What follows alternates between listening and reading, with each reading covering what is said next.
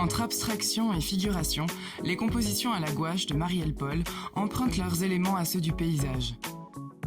Flottantes et mouvantes, les formes colorées se déploient et s'entrelacent entre les marges blanches du papier. Nous l'avons rencontrée à l'occasion de l'exposition Le temps du printemps. Aujourd'hui, zoom sur Marielle Paul.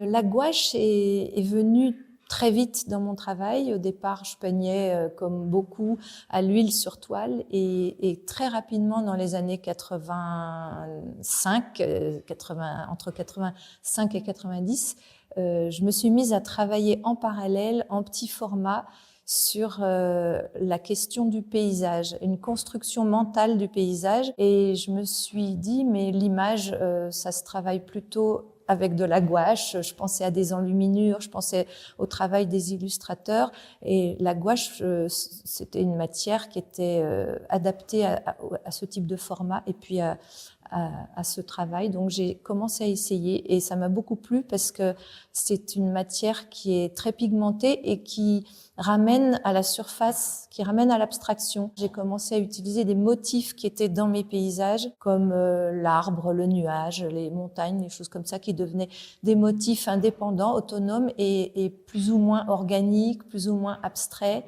et plus ou moins figuratifs. Et avec l'arbre, j'ai aussi découvert, redécouvert plutôt le dessin, la ligne.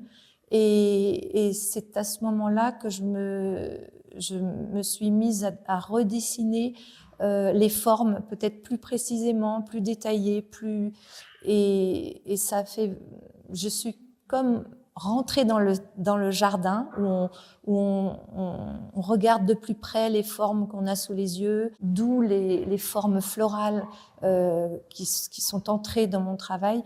Alors ce sont des formes florales qui peuvent être aussi des cercles, donc des formes abstraites, mais j'ai quand même une tendance à laisser la place à une interprétation double entre la découverte d'une forme abstraite, simple, ou qui bascule dans le figuratif et qui fait penser à une fleur, à un soleil, à un paysage et à une plante.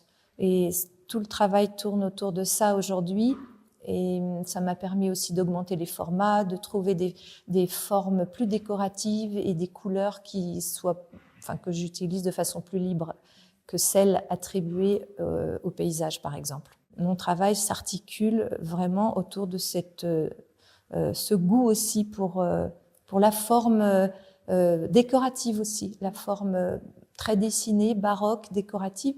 Et c'est pour ça que j'utilise des arcs-en-ciel. Vous voyez, enfin, ce que j'appelle les arcs-en-ciel, ce sont des lignes de couleurs qui sont dégradées, qui sont à la fois des lignes dessinées et à la fois une surface qui va venir en rupture avec une surface plus organique ou très en aplat. Ces différents outils plastiques, en fait, se confrontent, s'associent ou au contraire se rivalisent et forment un contraste qui va créer cette surprise. Alors, ce qu'il y a de moins essentiel, peut-être, et qui vient peut-être compliqué ou dessiné, en fait, c'est le contour de l'image qui se découpe. En fait, c'est un petit peu comme un découpage dans la page blanche, auquel, en fait, je suis assez attachée, enfin très attachée, puisque c'est permanent, ça revient à chaque travail. La marge blanche est là pour donner à la fois une respiration à la peinture et à la fois lui laisser un peu la place à cette image peinte, à cette image archétypale, lui laisser la place d'évoluer dans un format qui lui conviendrait peut-être pas forcément. Et ça me plaît aussi, cette idée que la peinture puisse bouger dans ce petit espace et en même temps, elle est mise comme dans un écrin.